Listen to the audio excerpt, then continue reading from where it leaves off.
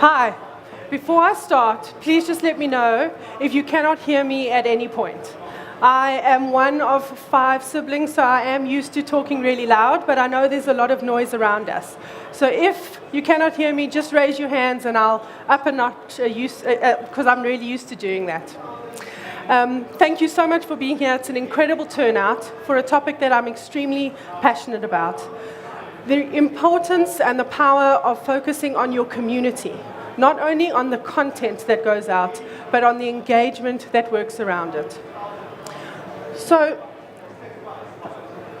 I had a friend of mine who emigrated to the US, and she was in social media here, and she moved there.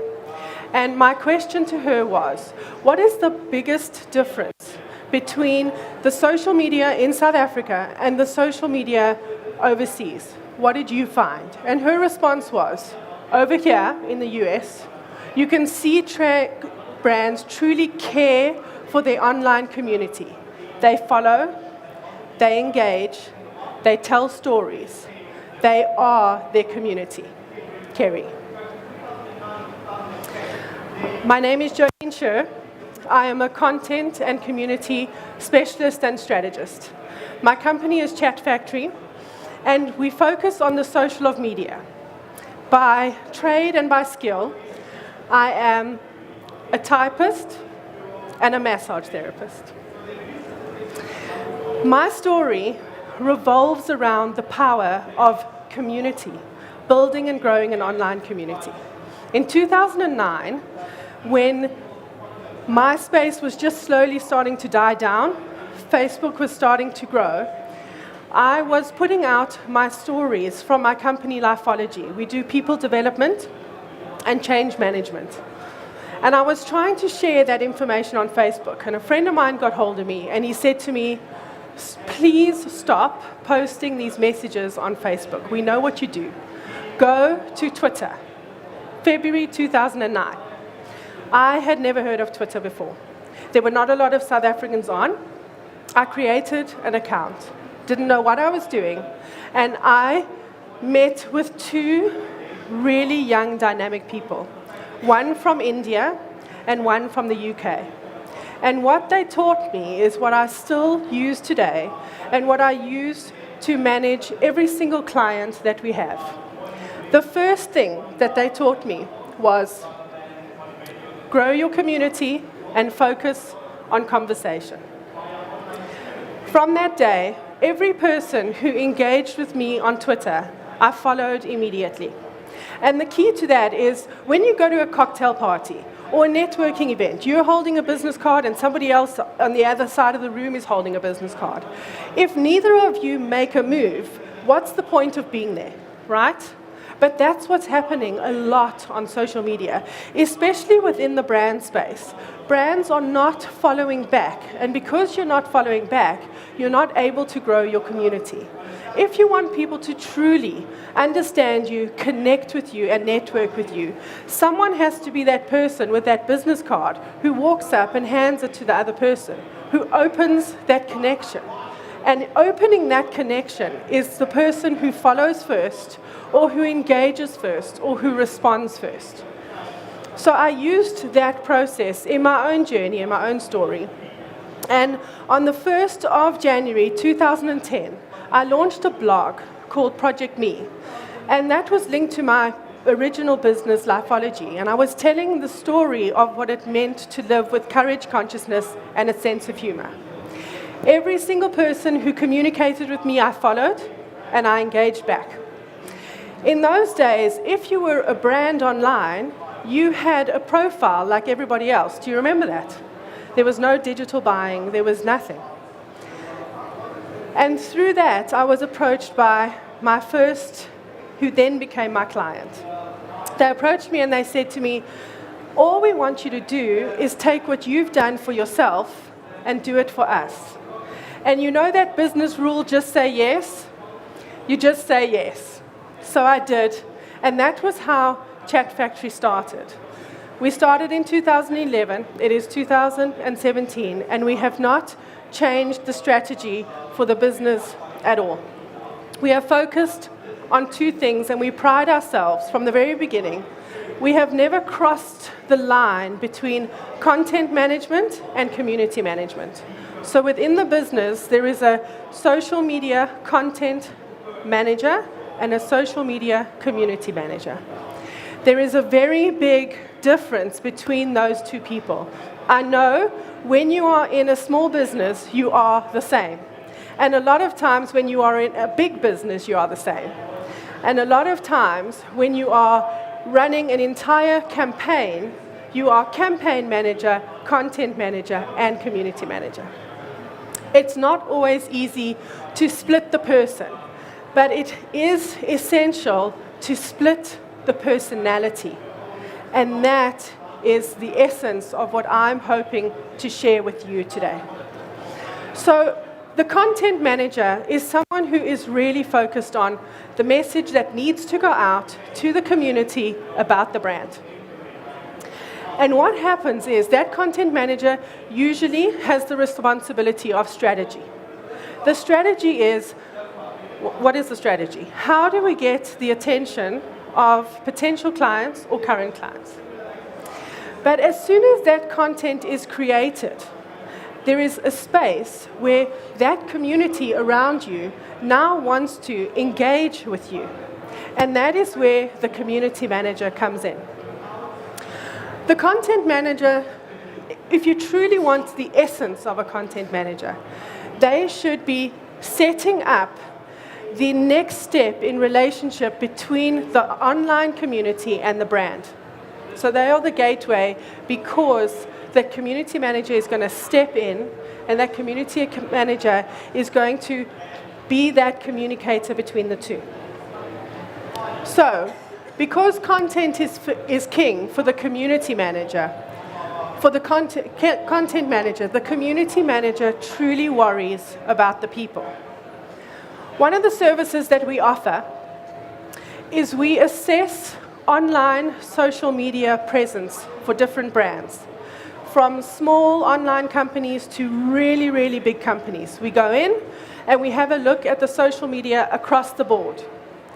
I'm being conservative when I say that about 70% of the accounts that we assess, the online community is either completely ignored or partially ignored.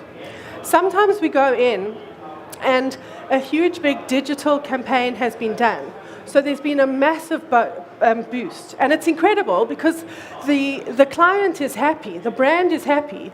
They've got 10,500 likes on that post, which is amazing. But they've got 100 unanswered comments on that post too. And that is the role of the community manager. Within my Twitter space, I do a lot of Twitter polls. Do some of you do Twitter polls ever? They're fantastic to do, to just get the general feel of what's going on.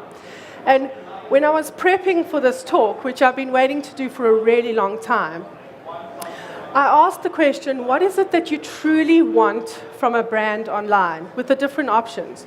Do you want to know about the services? Do you want to know about the next upcoming specials? Or do you want someone to be listening to what you have to say? 51% of the responses were people wanting a community manager to be there to respond to them. And it's great. You can look and you can say, oh, but it is happening, because all the really big companies are doing it. If I tweet to someone who is in top of telecoms, someone is answering back. But it's when you have your brand and you are trying to build that online community, it is as important as the big guys for you to have someone answering and responding to everything. So,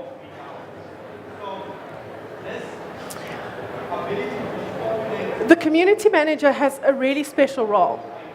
Within my business, and here's a bit of a story, it's not easy to find someone who is passionate about community management.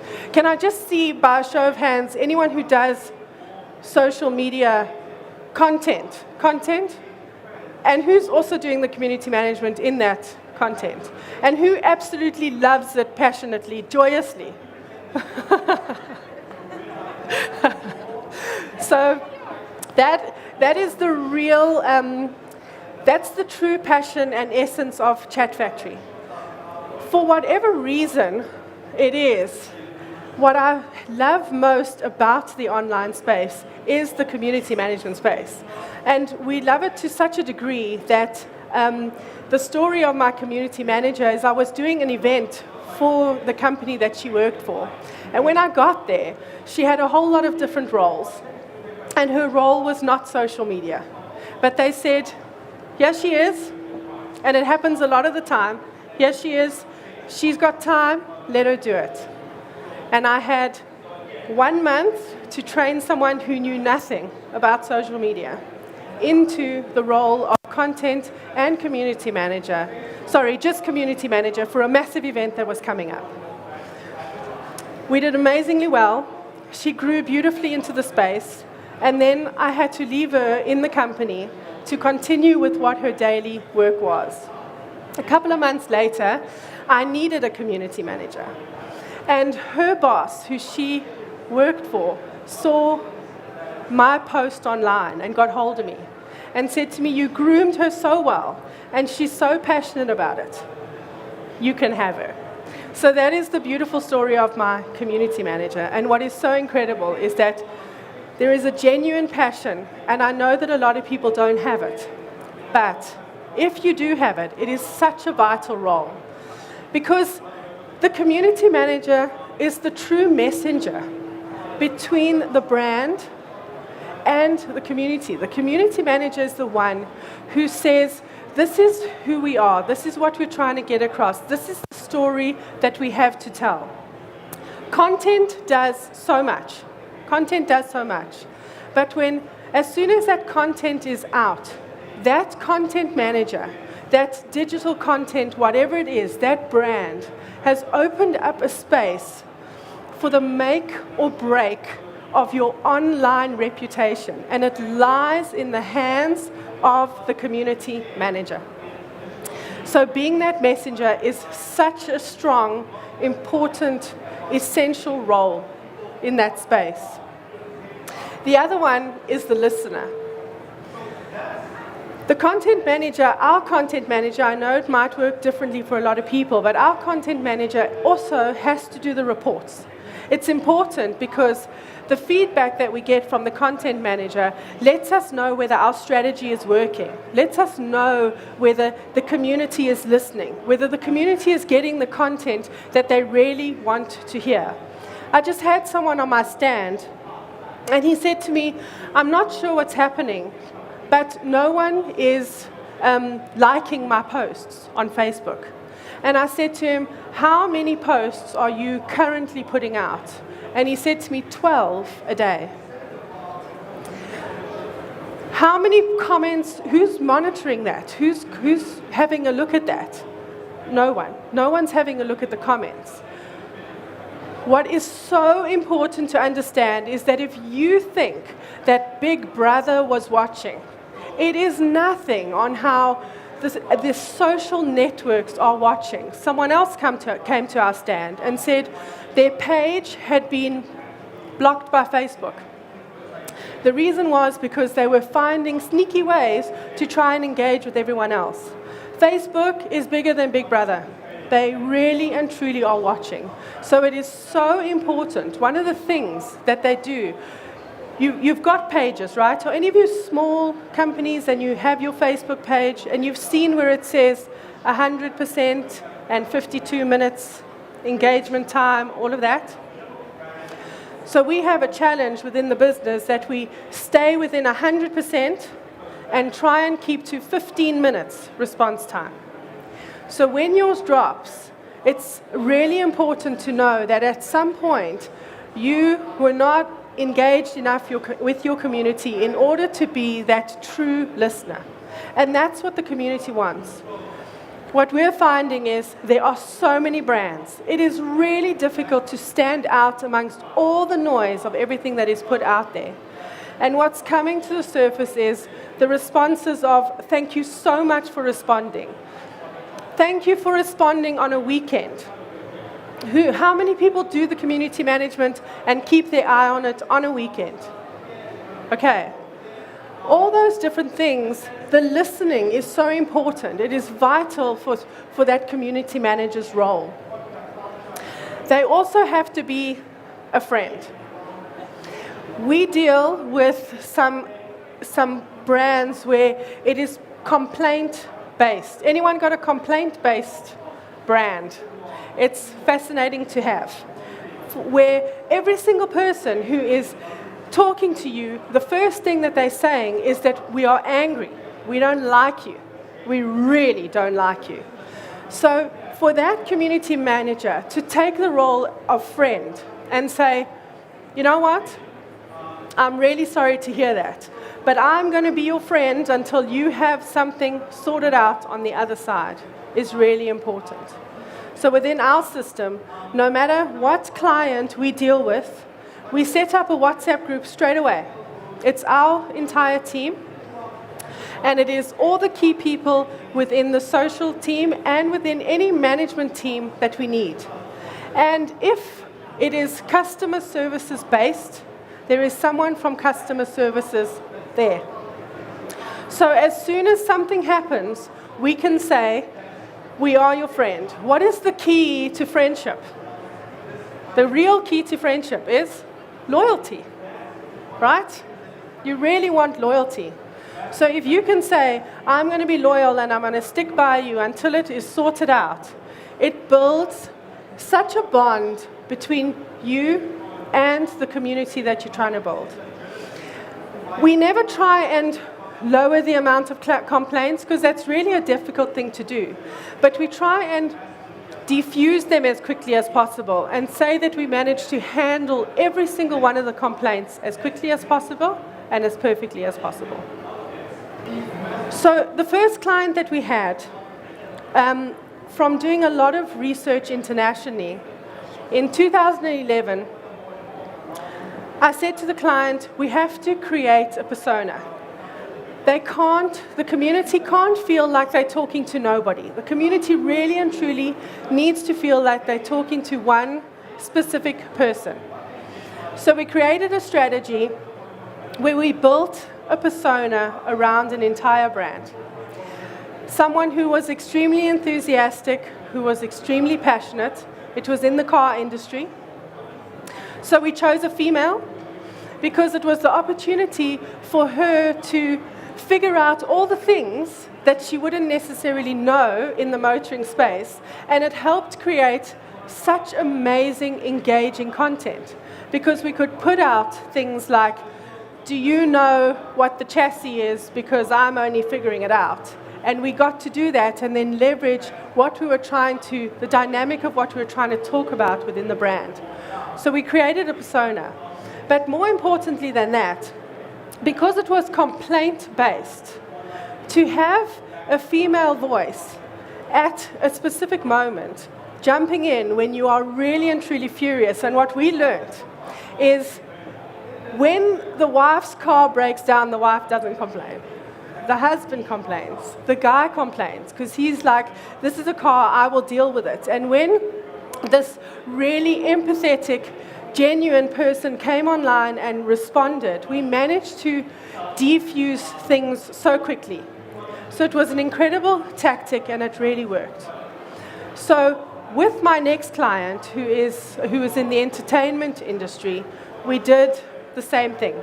We created a persona, and we have continued to create personas from that point. There's one or two clients, usually if they control their own social media, but if we handle the social media, there is a sign-off process and there is a persona. The reason why it's so important, and this is what we've really discovered, is that when there's someone personal, when they feel like they're talking to a Jane or a Sue, and they know who they're talking to, it creates such a human element for the brand. They feel like they are connecting and talking to someone. We even had someone eventually who was wishing the persona Merry Christmas and Happy New Year and all these incredible things. And it really personalizes the interaction. As well as what we love is, although in the back end, we are not experts in the brand. Because we have that tight-knit community, we work within the company and we make sure we are on WhatsApp, we make sure we are on email with everyone on the back end. That persona can emerge as the real expert of the brand. They can really answer and they can really engage. And there's an accountability when there is someone who you know who you're dealing with. Have you dealt with anyone where the first person you deal with signs off as AS, and then the second person signs off as ML, and the third person signs off as PF? Have you all dealt with that? When you know that you're dealing with one person from the beginning to the end, it creates a connection, which is so important. That connection between the online community and the brand. It really shows commitment to the community. It shows that you're there. I know that a lot of people are trying to sell. The important is to sell, and the important is to get the numbers up. It's how is this going to translate into the impact on my business? But so many times when we look at campaigns and we see what's happening, we just watched one go down maybe 2 or 3 weeks ago. It was a huge, big opportunity for people to jump in and get something at a ridiculously cheap price. You know, one of those? Ridiculously cheap price. And people were having trouble. They were having trouble connecting.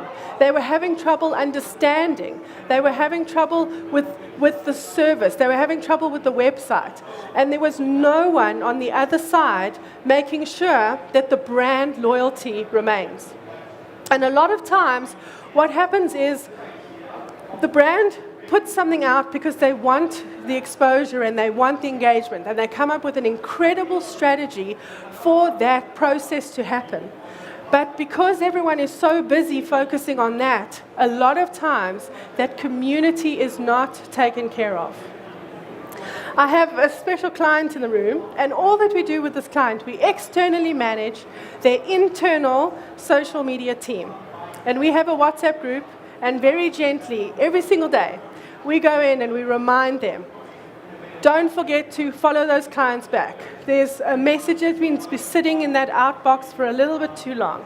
Make sure that you respond to this one. But then in exchange, at any point, they can get hold of us and they can say to us, how do we respond to this? How do we engage with this person in order to maintain that relationship that we're trying to maintain as a brand online? Just in case anyone is doubting the process, these first couple of months is when we had a persona running within a brand. It took us about 2 years to build the persona up. And then we were called into a meeting. And in the meeting, the brand had gotten external advice on branding and on strategy, and they had had a look at what we were doing, and they said to us, the feedback that they had gotten was that the persona was not necessary. It was not necessary to talk as an individual because the brand was trying to show that they were a united voice. And because they were a united voice, we needed to drop the persona. Can you guess when we dropped the persona? Nothing else changed except we took the persona away. So all of a sudden, when they were talking to people, they did not have the same opportunity to engage. What happens when you look at the green? So the green shows positive and the orange is showing neutral. When it says neutral, it's saying that they are talking at the brand. They are not talking to the brand. And they are not giving the brand the opportunity to engage back. So we want as much green as possible. We want as much persona as possible. I feel like I should start dancing. Can you all still hear me? Okay. This drop-off happened so quickly that within 6 months, we were given the opportunity. We are now in the process of reintroducing the persona. Okay. And it's not a difficult thing to do. It is as simple as creating content that allows someone within the community to talk to you so that you are able to talk back. Neutral is great, but when you know that you can take that content that's coming out, it's called social media. It's about the social of it, and you do want that feedback. You want to know that people do like your brand. You want to know that people are buying your brand. So one of the things that we love our personas to do is to ask questions like, have you bought it? Have you seen it? What color did you buy? Did you have any issues with it? How much fun did you have? All those kind of things in order to engage and in order to grow in that space. So that's our first very proud example of the impact. The second one, we had a client who didn't have any money to spend. So there was no money to put any budget behind. So we needed to grow Facebook, Twitter, Instagram, all the platforms organically. That was what we were asked to do. So the strategy was, they were in the entertainment space. So the strategy was, let's create a persona who is young and who is very dynamic and who is so passionate about the industry and just wants to go behind the scenes and tell all the stories of everything that is happening behind the scenes.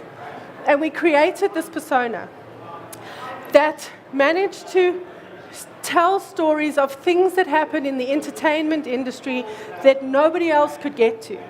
We then introduced influencers into it. And we gave influencers the opportunity to also see behind the scenes and tell the story. And this is the organic growth from, we took the account over in September 2014 till June 2016. That spike in paid likes it's organic. There was no spend behind it. And it was purely as we introduced someone who was there, who was engaging, who ran the competitions. We're all trying to run competitions, right? Everyone's trying to figure ways to give things away. Who ran competitions and said, I've got one, I've won one, I'll see you there. It also helped so much that this persona was there to answer all the questions immediately on time.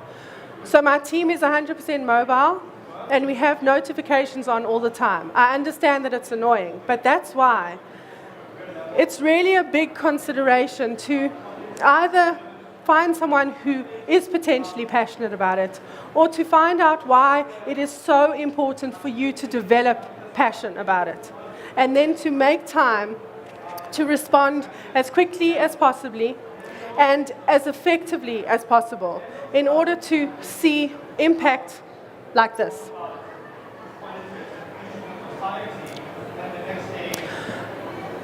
So in either becoming a community manager or in trying to find a community manager, these are the most important traits that we found and that we look for and that we make sure we always groom and maintain within our space. The first one is they really need to be a good communicator. When I interviewed one of my employees, my business partner, still lived in South Africa at the time, and we met with her and we chatted, and we had this long chat, and it was very just like girly chit-chat, and afterwards I was like, I absolutely love her. And he was like, well, she didn't seem to, have all her little ducks in a row. I was like, that is completely irrelevant. She's just so natural at communicating. She's not afraid to just be chatty and to communicate. So being a strong communicator is so important. And it's something that you can develop.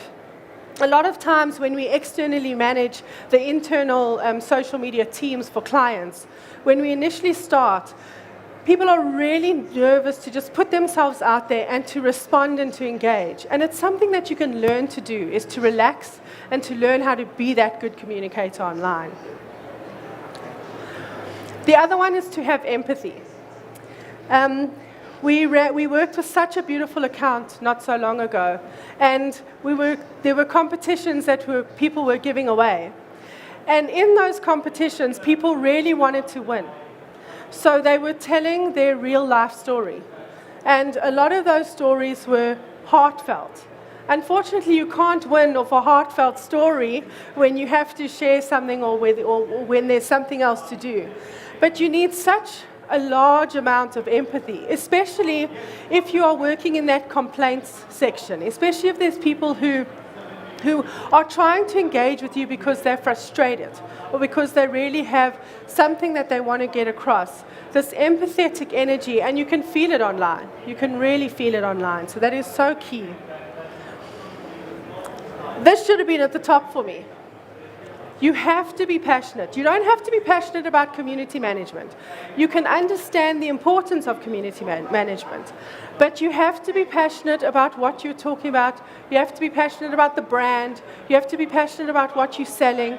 Something within that passion has to make you find it so important that no matter where you are determined to go out there, do what you're doing, but also keep an eye on your online community at all times.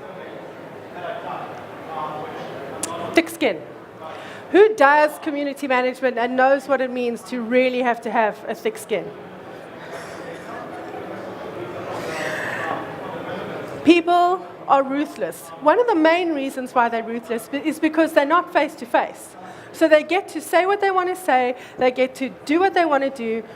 And I've got a friend of mine who's also in the same space, and he says he types the answer that he wishes he could say, just so that he feels really, really good about it, and then he goes back and he says what he knows he should say.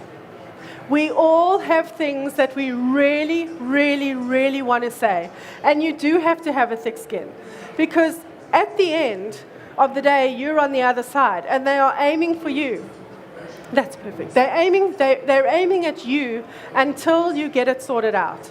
So you do get bashed around. You get bashed around a lot. But if you've got it, you can really handle it. You can do an amazing job of it. The community manager is not only responsible for sitting and making sure that those messages are all answered. The community manager has the responsibility of watching what is going on within the community and then inputting what they find back into strategy. So they've got to say, within the space we find that this engagement is happening or this engagement is not happening. And then they can't leave it open-ended. They need to know how to fill that gap. So creativity is so important within the role of the community manager.